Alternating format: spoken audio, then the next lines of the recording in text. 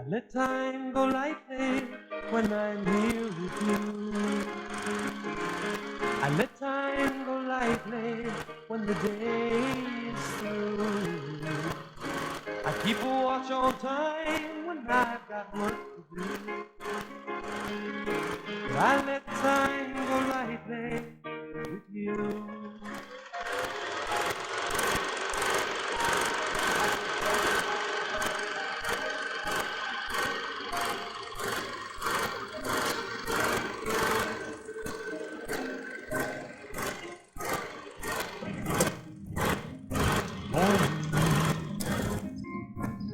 Time for breaking ground and sowing seed,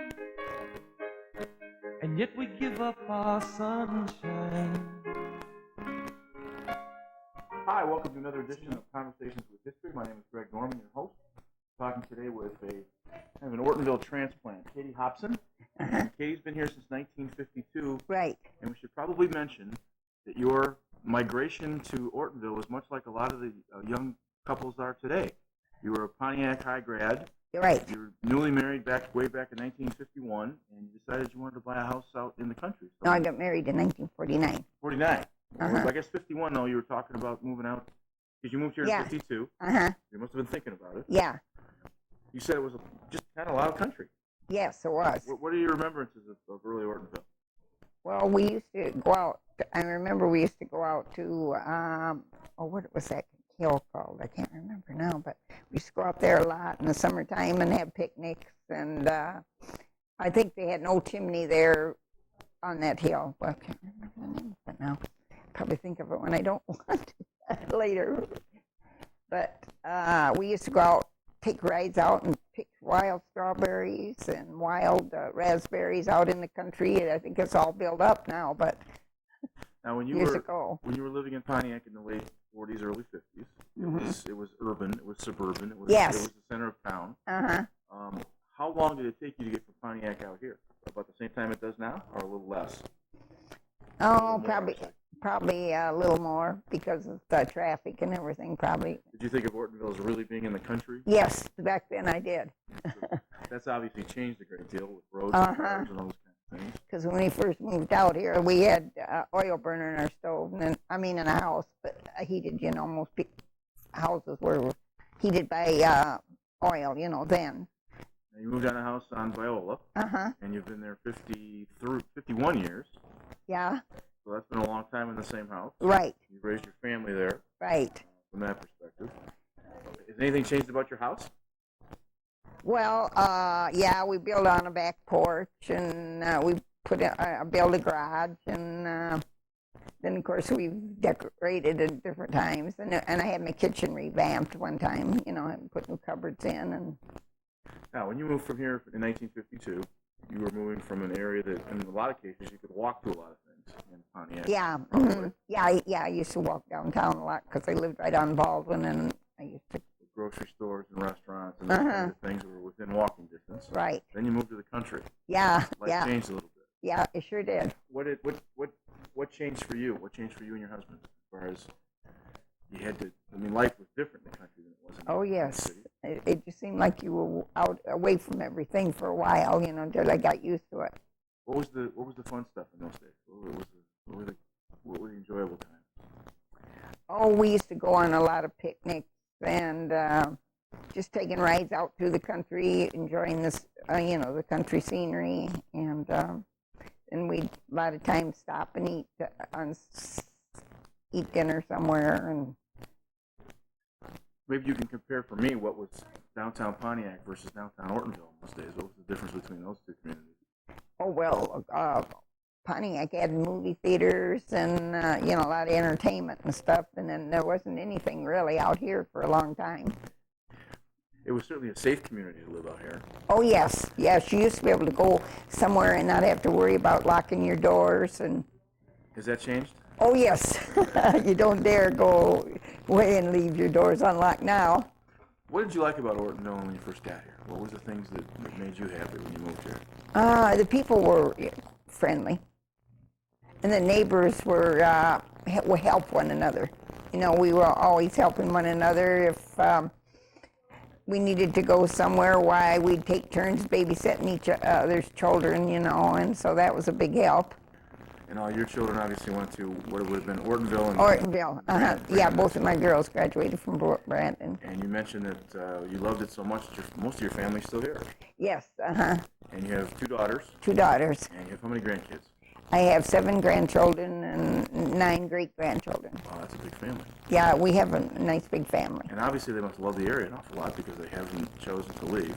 Yes, I guess they do, because all of my daughter's children, well, she has 2 daughters that are married, and they both live here in Ortonville. Because my daughter moved to Auburn Hills for a while, and then she wanted to get back to Ortonville, so they sold her house there and moved back to Ortonville. Now, go back to 52 for a second. You were a homemaker. And in those days, you probably were responsible for grocery shopping and Right. doing all those things. Maybe explain a little bit about the grocery. We had 3 grocery stores in town in those days. Am I correct? Back then, no, not right away we didn't. Okay. So we had to go into Pontiac or near Pontiac to do our grocery shopping and go to the doctor and, you know, all of those. Did you do any grocery shopping here? We did a little, but there was mostly just small, like party stores at first, when we first moved out here. Now, obviously, living in farm country in those days, because this was really Yeah, it was really a lot of farm country then. You must have had fresh vegetables and a lot of Oh yeah, we used to go out in the country and get, you know, those sort of things. And then you used to be able to, the farmers used to be able to come and sit on the corner and sell corn and, you know, their products out of the garden.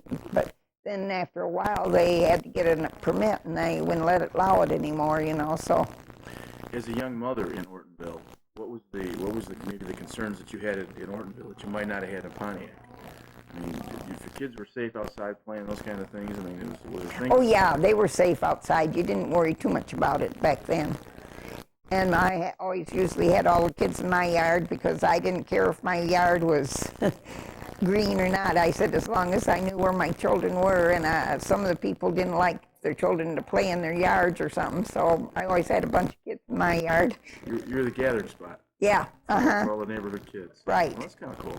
Yeah, I enjoyed that. What was the education like in those days? The schools? Talk a little bit about the schools in Ortonville in those days. They were always pretty good, because my girls seemed to do, you know, well. My one daughter got a scholarship when she graduated to Pontiac Business Institute, and she's now lives in West Virginia, and she works at a college there in West Virginia, Marshall University in West Virginia. Wow, what'd she do there? She's like a secretary to a bunch of professors or something. What's the next university? I've been down there a couple of times. Have you? Yeah. Yeah, she takes courses all the time. She's always going to school. She loves to take courses. Now she wants to go take some kind of medical transcriptions or something, you know, to get into that field as a secretary. Now, as hard as it is to believe, there used to be where the police station is now, the sheriff's Yeah. used to be a hotel and a restaurant. Yeah, yes, it did. I remember that. And lots of people talk about the food was there, it was unbelievable. Oh, it was very good. You know, it was a great place to go. And It was a good place to eat. downtown Ortonville was configured a little differently in those days. Oh, yes. They used to have a nice bakery. Oh, is that right? Yeah, right on the corner there where where the bank is, the credit union bank is. There used to be a nice bakery there. What was their specialty? All of their baked goods are good. I don't remember that I had any special that I liked. I liked all of their stuff, I remember. Probably their cream puffs, huh? Yeah. Well, cream puffs. Did you ever have any meals at the hotel? Did you eat there a lot? Yes. And I guess the food there was It was really good, and it was real reasonable, if I remember correctly. I mean, you know, it wasn't real expensive. Now, the other thing I don't think a lot of people know, but in downtown, for a long time, there was a mill pond. Yes, there was. There was a big lake, if you will. Uh-huh. And with the dam breaking and things of that nature, did you Yes. ever go skating or those kinds of things on the mill pond? I never was a skater. What'd you do for fun? I skate. I mostly did played cards and bunco and stuff like that. We had a neighborhood bunco club. Now, were you active in the church community, Ortonville church community at all? Oh, yeah, my girls go to the Methodist Church uptown, and then later on, right now I belong to the Methodist Church out on the corner of Seymour Lake and Sashabo, where we have all those dinners all the time. The church community, is it grown? Is it about the same? Is there as many churches now as there were then? About the same, I think. So really, from your perspective, in 50 years, it really hasn't changed. Maybe Ortonville's gotten bigger, but it really hasn't changed that much, or has it? Well, I used to be able to go downtown and know everybody, and now there's so many, there's all strangers, I don't know people now like I did, but, because there's so many new ones that have moved out into the territory. Well, because all the country is disappearing, because there used to be a lot more farms and stuff around Ortonville than there is now, and then they gradually, because the children don't seem like they want to farm. Yeah, why do you think that is? Well, it probably doesn't pay good, and then Hard work. it's hard work, and it's long hours in the summertime.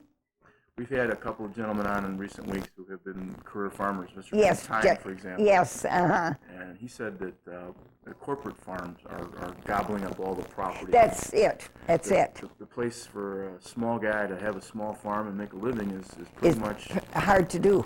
almost extinct. Like, Yeah, well, it's the same way down in North Carolina where my husband come from. His folks were tobacco farmers, but the government kept cutting down their yield every year, and so it was the same way. All the corporate farmers was the only ones that could make money, on those, and so there isn't anybody hardly anymore down there that raises tobacco. I mean, not small farmers. we know that dances, and there was lots of dances and those kinds of activities. There was a big band era of when you were probably a younger lady and younger wife and things. Did you go dancing much? No, my husband wasn't much of a dancer, so we didn't go do too much dancing. What did he we did do a for little. living? What did I do? What did he do for a living? What did he do? He worked at General Motors. Oh, cool.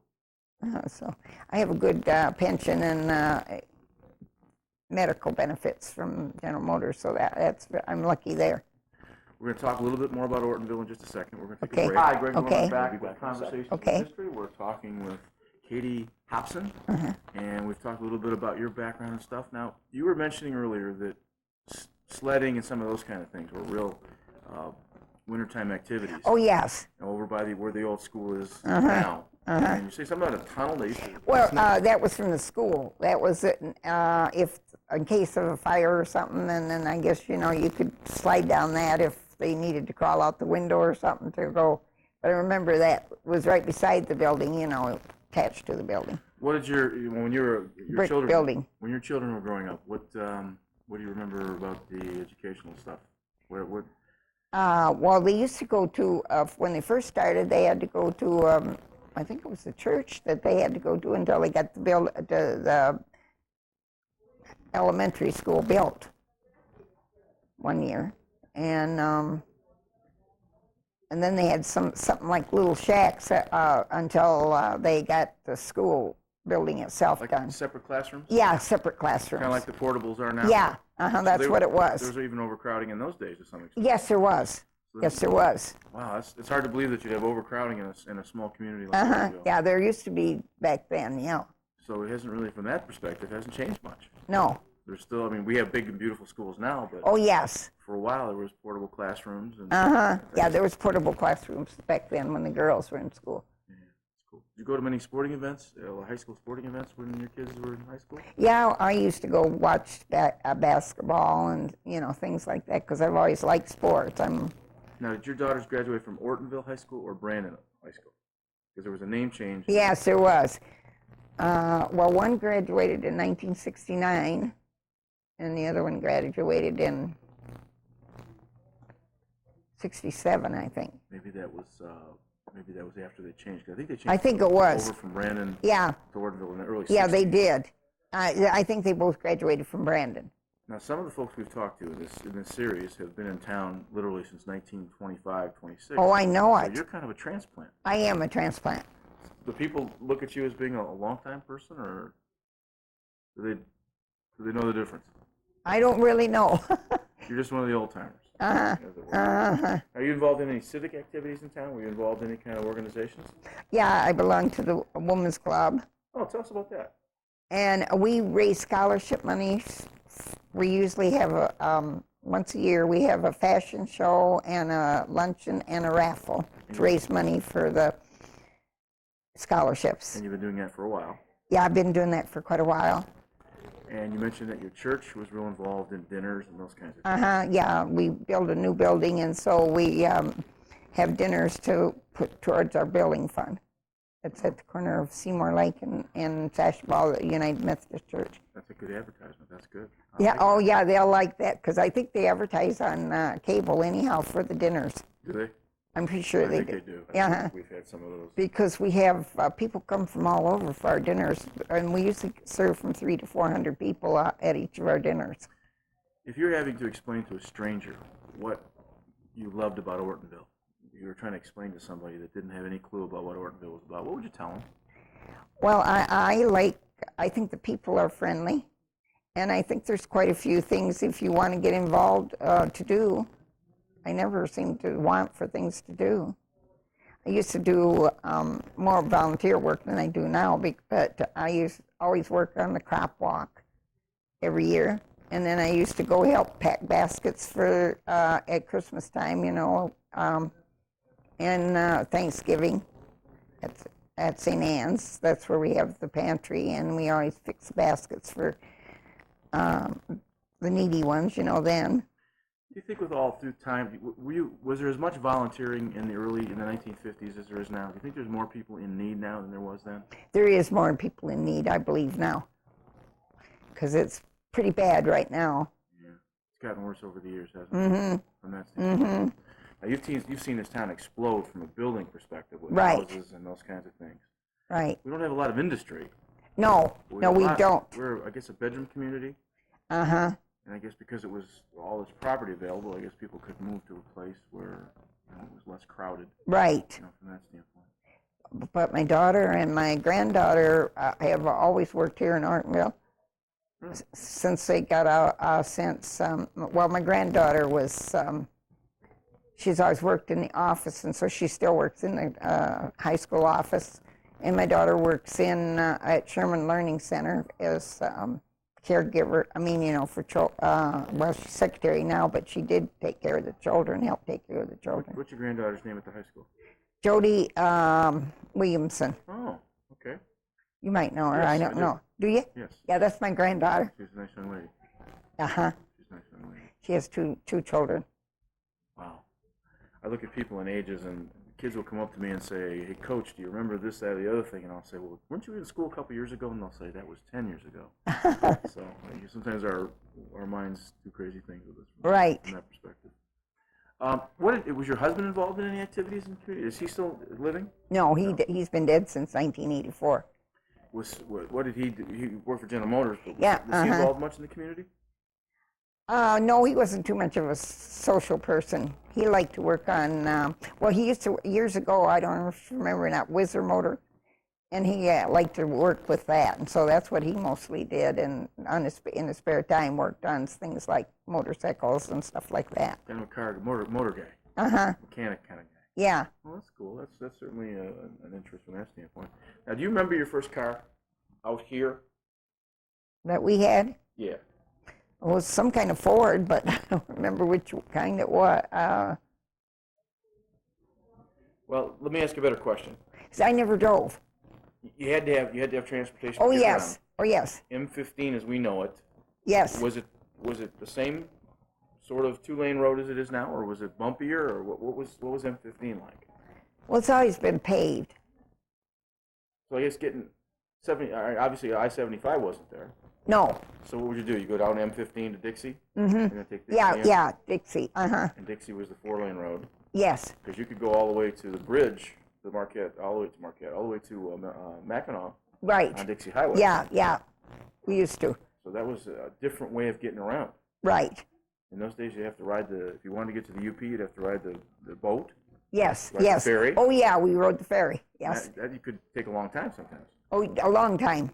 So transportation was different in those days. Oh yes. Now. Oh yes. Do you remember? Well, you were too young. Do you remember the Detroit Urban Railroad at all? Not too much. Okay, because I don't. I remember when they had streetcars. Right. And that we used to take them once in a while when we go down to Detroit to Bob Lowe, and then we'd take the streetcar from, I think it was Royal Oak or something, and go to the dock, that way. Now, we're doing this interview in early August. Yeah. In those days, when you were a young mother, getting kids ready for school, you'd have to go school shopping and all those kinds of things. Oh, yeah. So which way did you go? Did you go Flint way, or did you go Pontiac way? We usually went Pontiac way. What was, just more stores? Mm-hmm. More dry goods? Of that nature? Well, yeah, they didn't have as many malls, so you had to go into Pontiac usually. They didn't have malls in those days, did they? No, that's what I said. They didn't have any malls Yeah. then. And so we had to go into Pontiac. But Pontiac used to have a good shopping center. Did it? And as they eventually, as the malls started building the malls, then the stores started going out. But yeah, they used to have a lot of stores in downtown Pontiac. There's one question I ask everybody that I talk to, and somebody who makes a conscious choice about living in a community like Ortonville makes that choice. And somewhere along the line, you made a choice to stay here for 50 years. Do you know why? I mean, I know you love it here and you think the people are friendly, but you must have really, really enjoyed it here. I did. And still continue to enjoy it. I do. From that standpoint. Because I find plenty of things to do here myself, because with church, women's club, and the senior center, because we used to go on a lot of good trips from here. And I've been on, I've been on 3 cruises, and I've been to Hawaii, and I've been to Alaska, and out to Massachusetts and Gulf Shores, Alabama, and been out to California, San Francisco, and Los Angeles, and seen Disney World, and all those places. So Didn't sit much. No, we did a lot of traveling around, and we had a lot of fun. Now, the senior citizen building that we're sitting in used to be a school. Yes. In fact, my girls went here for a while when they were, young. We're young. And this place, I guess, has been here about 20 years, the senior center? Mm-hmm. And it obviously houses a lot of wonderful activities. Oh, yes. And things of that nature. And it seems like whenever we come in here, it's always crowded. Yeah, well, we used to do ceramics and do a lot of different crafts, and so I've done a lot of that. That sounds terrific. We're going to take one more break. Mm-hmm. We'll be back in just a couple seconds. Okay. We'll be back in a second. We're talking a little bit about some of the trips you guys took. You were kind of telling me a little bit about a funny story about Massachusetts. Maybe you could explain that. Hyannisport. And so, this motel where we were staying at, they were renovating it, so they didn't have any kind of wake-up call. So we had to keep track of our own time. Well, we had to be out at the bus at 8 o'clock in the morning to go to breakfast and stuff. So I looked at my watch. I woke up and I looked at my watch, and I looked, and I had it upside down, and I thought it was past time to go. So I woke up my roommate, and I said, "Oh my gosh, Gussie," I said, "my watch says 8 o'clock," and I said, "We were supposed to be down there." I said, "Get up, well, hurry up and see if they're still down there." Well, we got up, and we went and dressed in a hurry, and we ran down to where the bus was, and I says, "Oh my gosh, there's nobody here." I says, and then I just looked at my watch, and I said, "Oh my gosh, I got my watch on upside down. It's only 4 o'clock in the morning." Well, my God. the bus driver, she was in the room below us, and the rooms weren't soundproofed, and she heard me say that, and she said, "Oh my gosh, they think they're late." She says, "I'm the bus driver, and I'm not even up or anything." So she said she slammed into her clothes, and she says, "I just got to have a cup of coffee before I go." So she went across the street to a diner or something, an all-night diner or something, and she said, "Oh, by the way, what time it is it?" She asked the guy, because she said, "It's kind of dark." And he says, "It's 4 o'clock in the morning." The darkness didn't give you away? You did. When I went down there, and that's why I looked back at my watch, because it was too dark. Sun hadn't come up yet. So when we got on the bus the next morning, I said to the bus driver, I said, "Gee, Kathy, you look kind of tired this morning." She said, "Some jokers got me up out of bed at 4 o'clock this morning." But we had a good laugh about it. I don't think we ever did tell her for sure that we were the ones that did it. And I'm sure from then on you made sure your watch was on the right side of your right side yeah, up, I right? sure did. From that standpoint. Now, there's still a lot of trips that happen out of the senior center. They go lots of different places. That's kind of cool. I mean, there's. Oh yeah, like I said, I've gone on a lot of trips from the center, you know, and a lot of trips that I wouldn't have been able to go if I didn't go with a group like that. What do you think the senior center means to a community like Ortonville? I mean, it's a place for obviously seniors to gather, but what else? I mean, it's more than that because this is fellowship. Fellowship. And companionship in a lot of cases. And it's a lifesaver for some people that, especially if they don't have a family around or anything, you know, to see or do things with or whatever, you know. And I know our little Vi, she doesn't have any family, so she comes every day, and it's really good for her. Keeps her active. Yeah. And plus the staff here, I think, does a really good job of keeping activities going. Oh, they do. So that always helps. Oh, yeah. And we always have real nice, whenever we have potlucks or anything, we always have, you know, good food, and everybody enjoys that. Are you a good cook? Oh, well, I used to be a pretty good cook. I mean, I know they used to love my potato salad, my green beans, because I always flavored them with salt pork, my green beans. And I always use mayonnaise in my potato salad and doctored it up a little bit, you know, but I don't do a lot anymore, but I used to.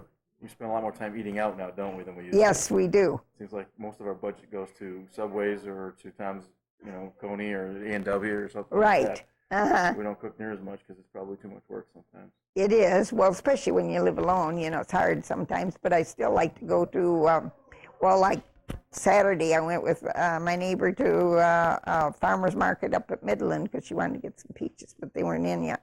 But I love fresh vegetables and fresh fruits, so and I have one good meal a day at least. Yeah. Well, you still have to eat well. You can't. Yeah, I do. You can't ignore your body. No. You know, from that perspective.